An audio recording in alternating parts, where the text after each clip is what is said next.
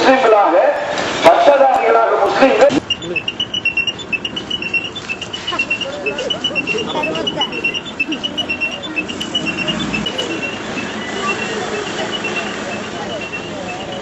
என்ன இழந்துவிடப் போகிறீர்கள்? எங்களுடைய நிலையை விலகிக் கொள்ளுங்கள்.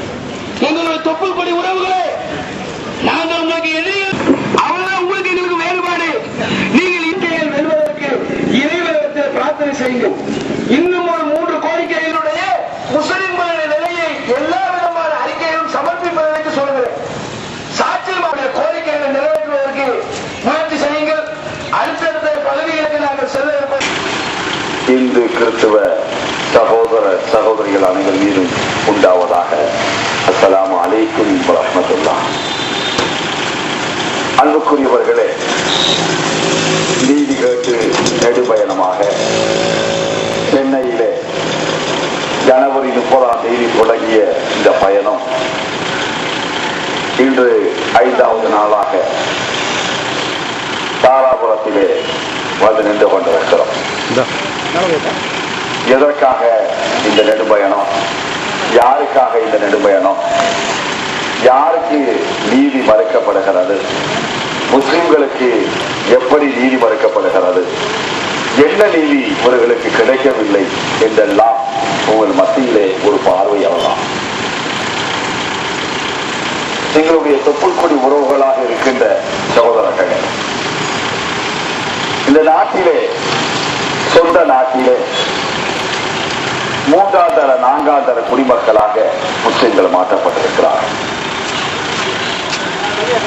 எங்களுக்கு உரிய உரிமைகள் கிடைக்கவில்லை, எங்களுக்கு உரிய நீதி கிடைக்கவில்லை. அந்த நீதியை பெற்றெடுக்க வேண்டும் என்பதற்காகத்தான் இந்த நெடு பயணத்தை மேற்கொண்டிருக்கிறோம். உங்களுக்கு மத்தியிலே நாங்கள் எப்படியெல்லாம் புறந்தள்ளப்பட்டிருக்கிறோம், வஞ்சிக்கப்பட்டிருக்கிறோம் என்ற உண்மையை சொல்வதற்காகத்தான் இந்த நெடுபயணத்தை மேற்கொண்டிருக்கிறோம். எனக்கு முன்பு பேசிய சகோதரர்கள் சொன்னார்கள், இடஒதுக்கீடு மத்தியில சர்ச்சார் கமிஷன் அமைக்கப்பட்டு, அந்த சர்ச்சார் கமிஷன் சொல்கிறது, அந்த கமிஷனுடைய தலைவர் சொல்கிறார், சர்ச்சார் அவர்கள் சொல்கிறார்கள், இந்த நாட்டிலே நான் இந்த கமிஷனுக்கு முன்வரையில் நினைத்திருந்தேன், தலித் சகோதரர்கள் தான் இந்த நாட்டினுடைய அடித்தட்டு மக்கள் என்று நான் நினைத்திருந்தேன். இந்த கமிஷன் ஆய்வுக்கு பின்பு சொல்கிறேன், இந்த நாட்டின் அடித்தட்டு மக்கள் யார் என்று கேட்டால் முஸ்லிம்கள் தான். முஸ்லிம்கள் தான் இந்த நாட்டினுடைய அடித்தட்டு மக்கள். வறுமை கோட்டுக்கு கீழே வாழ்கின்ற முஸ்லிம்களுடைய எண்ணிக்கை 42%. வறுமை கோடு என்றால் ஒருவேளை உணவு மட்டும் உண்டுவிட்டு வாழக்கூடிய முஸ்லிம்களுடைய எண்ணிக்கை 142% என்று நான் சொல்லவில்லை.